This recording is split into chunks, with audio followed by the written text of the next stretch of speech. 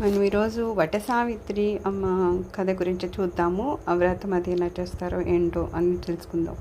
మామూలుగా ఏమంటారంటే శ్రావణ మాసం తర్వాత ఏమన్నా మహిళలు ఎక్కువ వ్రతాలు చేస్తారు అంటే అలాంటి ఒక విశిష్టమైన మాసము జ్యేష్ఠ మాసం అంట. అలాగే చాంద్రమాన ప్రకారం చూస్తే 3వ నెల వస్తుందట ఈ జ్యేష్ఠ మాసం.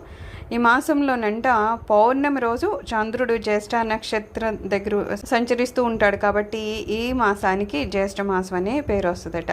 ఈ మాసంలో గ్రీష్మ ఋతువు ప్రారంభమవుతుందంట. ఎన్నో శుభాలను ప్రసాదించే పుణ్యప్రదమైన ఈ మాసంలో కొన్ని నియమాలను విధులను పాటించడం వలన సర్వరకాలైన పుణ్యఫలాలను పొందుతారంట. వైశాఖ మాసంలో శ్రీ మహావిష్ణువుకు, కార్తీక మాసమేమో పరమశివుడికి ఏ విధంగా ప్రేమ అవుతుందో అలాగే జ్యేష్ఠ మాసమేమో త్రిమూర్తుల్లో సృష్టికర్త అయిన బ్రహ్మదేవుడికి అత్యంత ప్రీతికరమైందంట. ఈ నెలలో బ్రహ్మదేవుడికి పూజలు చేయడం వలన కష్టాలన్నీ తొలగిపోతాయని మన శాస్త్రాలు చెప్తున్నాయంట. అంతేకాకుండా ఈ మాసంలో ఎండలు అధికంగా ఉంటాయి కాబట్టి వేడి నుంచి ఉపశమనం కలిగించే వస్తువులను బ్రాహ్మణులకి దానం ఇవ్వాలంట. అలా దానం ఇవ్వడం వలన మనకి అనంతమైన పుణ్యఫలాలు దొరుకుతాయంట. నీటి కడవని కానీ నీళ్లతో నింపిన బిందెని కానీ ఈ నెలలో వచ్చే పౌర్ణమి రోజు లేకపోతే ఈ నెలలో శుక్లపక్షంలో ఏ రోజైనా లేకపోతే శుక్లపక్ష ఏకాదశి నాడు కానీ దానంగా ఇవ్వాలంట. అంతేకాకుండా దాహంతో ఉన్న వారికి మంచినీటిని ఇవ్వడం వలన కూడా త్రిమూర్తుల అనుగ్రహము మనకి కలుగుతుందని చెప్తున్నారు. జ్యేష్ఠ మాసంలో శుక్లపక్ష పాడ్యమి మొదలుకొని దశం వరకు అంటే మొదటి 10 రోజులు కొన్ని నియమాల్ని పాటించడం వలన దశ పాపాలు నాశనం అవుతాయంట. ఈ 10 రోజులు బ్రాహ్మీ ముహూర్తంలో నిద్రలేచి కాలకృత్యాలను తీర్చుకొని గంగానదిలో స్నానం చేసి గంగానదిని పూజించాలంట. అలా వీలు కాకపోతే ఇంటి దగ్గరే గంగానదిని స్మరిస్తూ స్నానం చేయాలంట. మనం గంగా గంగా గంగా అనుకుని కానీ గంగే చమునేచ గోదావరి అనే శ్లోకం చెప్పుకుంటూ కానీ మనం స్నానం చేయొచ్చు అనమాట. అలాగే మహిళలకు మేలు చేసే సౌభాగ్యాన్ని ప్రసాదించే వ్రతాలు ఎన్నో ఈ జ్యేష్ఠ మాసంలో ఉన్నాయంట. అందులో ఒకటి రంభా వ్రతము. దీన్నే రంభా తృతీయ అని కూడా పిలుస్తారంట. దీన్ని జ్యేష్ఠ శుద్ధ తదియ నాడు చేయాల్సి ఉంటుందంట. ఈ వ్రతము పెళ్లి కాని వాళ్ళు అంటే కన్నె పిల్లలు ఆచరించడం వలన మంచి భర్త లభిస్తాడని మన శాస్త్రాలు చెప్తున్నాయంట. తర్వాత వ్రతము వట సావిత్రి వ్రతము. జ్యేష్ఠ శుద్ధ పౌర్ణమి నాడు దీన్ని ఆచరించాలంట. వట వృక్షము దేవతా వృక్షము. తెల్లవారుజామునే నిద్రలేచి కాలకృత్యాలను తీర్చుకొని పూజా ద్రవ్యాలను తీసుకొని వటవృక్షం అంటే మర్రి చెట్టు దగ్గరికి వెళ్ళి పూజ చేసిన తర్వాత మర్రి చెట్టుకు దారం చుడుతూ నమో వైవస్వతాయ అంటే మంత్రాన్ని పఠిస్తూ 108 ప్రదక్షిణలు చేయాలంట. తర్వాత వచ్చేది జ్యేష్ఠ శుద్ధ దశమి. దీన్ని దశ పాపహర దశమి అని కూడా అంటారంట. దశమి నాడు చేస్తారట. పాపాలను పోగొట్టే దశమి కనుక దీన్ని దశ పాపహర దశమి అని అంటారట. జ్యేష్ఠ శుద్ధ పౌర్ణమి తర్వాత వచ్చేది. దీన్ని ఏరువాక పౌర్ణమి అని అంటారట. ఈరోజు రైతులు నాగలి వంటి వ్యవసాయ పనిముట్లను ఎద్దులు భూమిని పూజించి భూమిని దున్నడం అనేది ప్రారంభిస్తారంట. దీనికే ఏరువాక అని కూడా అంటారట. ఈరోజు భూదేవిని పూజించడం మంచిదంటున్నారు. తర్వాత వచ్చేది వట సావిత్రి వ్రతము. హైందవ సంస్కృతిలో ఆధ్యాత్మిక జీవన విధానంలో పురుషులతో సరి సమాన ప్రాధాన్యత స్త్రీలకు ఉందంటున్నారు.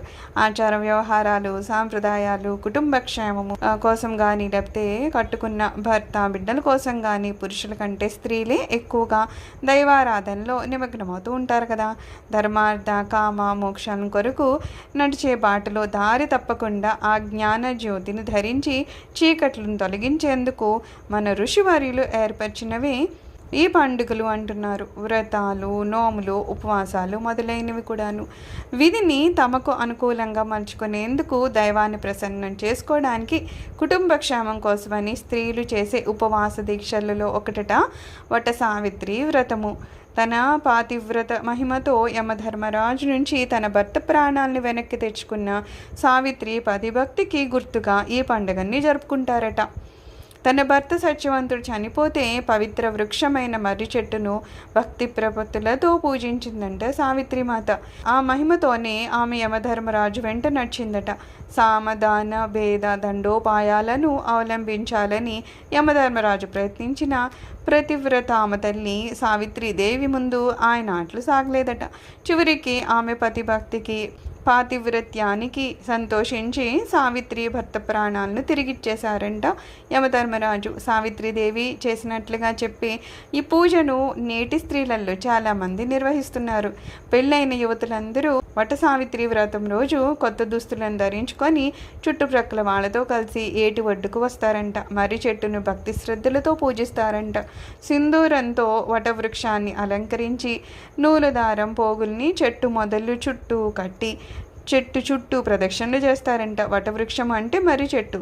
ఈ చెట్టును త్రిమూర్తుల స్వరూపంగా భావిస్తారంట. మర్రి చెట్టు వ్రేళ్ళు బ్రహ్మకు, కాండమేమో విష్ణువుకు, కొమ్మలు శివునికి నివాస స్థలాలంట. పూర్వము ఉద్యోగాలు, వ్యాపారాలు, క్లబ్బులు, పబ్బులు అంటూ తెలియని స్త్రీలందరూ రకరకాలైన ఈ వ్రతాచరణలో నిమగ్నలై ఉంటూ ఉండేవారు. వారికి వ్రతాలు, నోములు, ఉపవాస దీక్షలంటే ప్రాణం లేచి వచ్చినట్లు ఉండేది. మరి వృక్షంలా తమ భర్తలు కూడా సుదీర్ఘకాలం జీవించుండాలని వట సావిత్రి వ్రతంలో మహిళలు ఈ చెట్టుకు మొక్కుకుంటారట.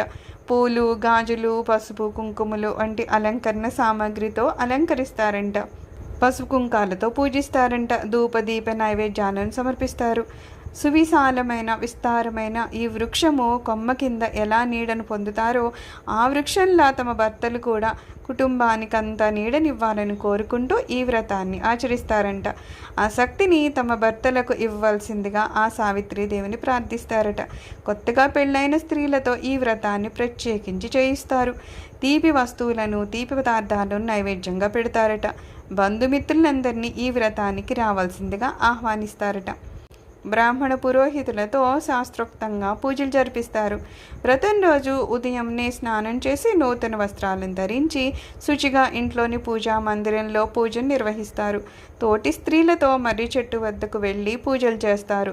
ఆ రోజంతా ఉపవాసం చేస్తారు. కొందరు చంద్రుని చూసేదాకా మంచినీళ్లు కూడా తీసుకోరు. కొందరు ఒక పూట భోజనం చేస్తారు. మరికొందరు పళ్ళు మాత్రమే తింటారు. ఈ వట సావిత్రి వ్రతము ఎప్పటి నుంచి ఆరంభమైందో చెప్పే ప్రత్యేక దాఖలాలు లేవు. నేపాల్లోనూ మన దేశంలోని బీహార్లో ఈ వట సావిత్రి వ్రతాన్ని 500 ఏళ్లుగా ఆచరిస్తున్నట్లు తెలుస్తుందంట.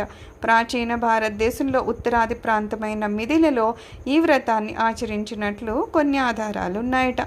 వ్రత విధానము: వట సావిత్రి వ్రతం చేసేవారు ముందు రోజు రాత్రి ఉపవాసం ఉంటారు. వ్రతం రోజు తెల్లవారుజామున నిద్రలేచి తలస్నానం చేసి దేవుణ్ణి స్మరించుకుంటూ మర్రి చెట్టు వద్దకు వెళ్ళి మర్రి చెట్టు వద్ద అలికి ముగ్గులను వేసి సావిత్రి, సత్యవంతుల బొమ్మల్ని ప్రతిష్ఠించాలి. వారి చిత్రపటాలు దొరక్కపోతే పసుపుతో చేసిన బొమ్మను ప్రతిష్ఠించుకొని మను వైధవ్యాది సకల దోష పరిహారార్థము బ్రహ్మ సావిత్రి ప్రీత్యర్థం వత్సావిత్రి ప్రీత్యర్థంచ వట సావిత్రి వ్రతం కరిష్యే అని ఈ శ్లోకాన్ని పఠించాలట. సర్వం శ్రీమాతృచరణారవిందార్పణమస్తు. లోకా సమస్తా సుఖినో భవంతు.